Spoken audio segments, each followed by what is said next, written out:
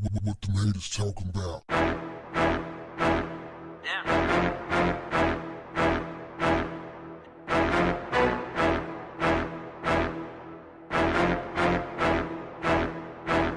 What's up, family?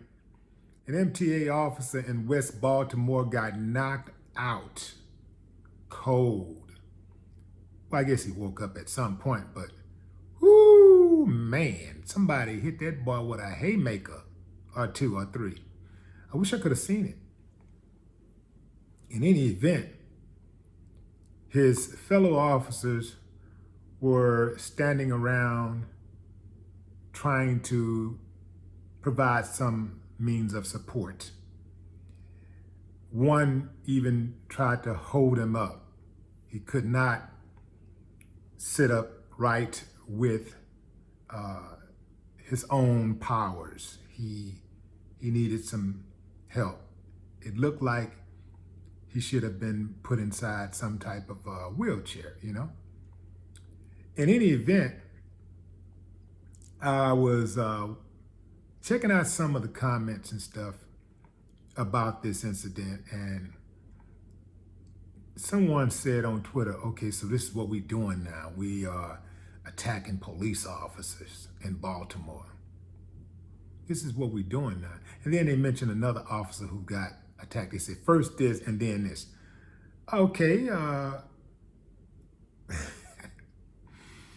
fam, if we started listing all of the people that the police have knocked out cold, have basically rendered disabled, have murdered, we would literally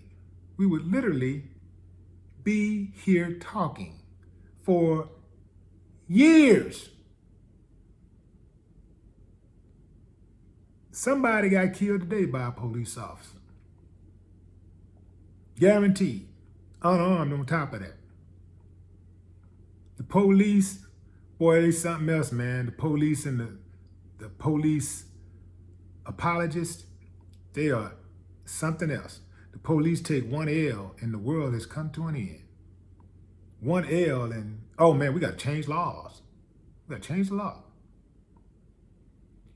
They say that this guy, they were standing around saying this guy was pretty much a bully. They were saying that he was always bragging about his boxing game and how he talk a whole lot of noise.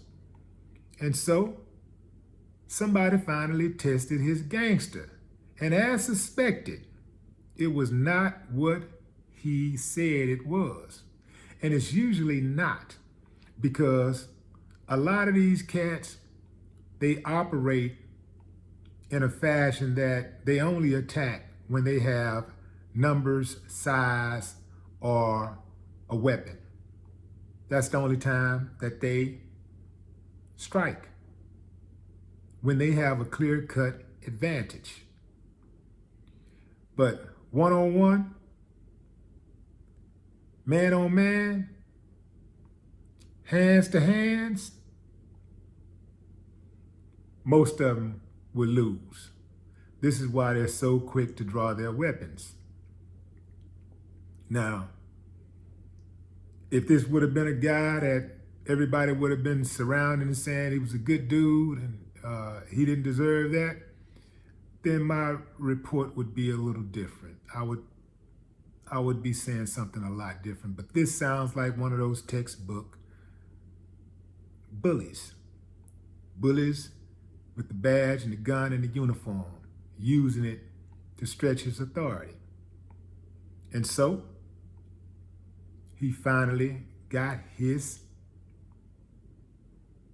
what would they call that? Karma? So fam, you know what would be beautiful? If cops had to patrol with no guns.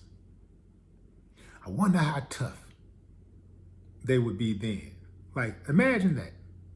The police with no guns. Now, I know it sounds really ridiculous here in the United States, but in parts of the UK, they don't have guns.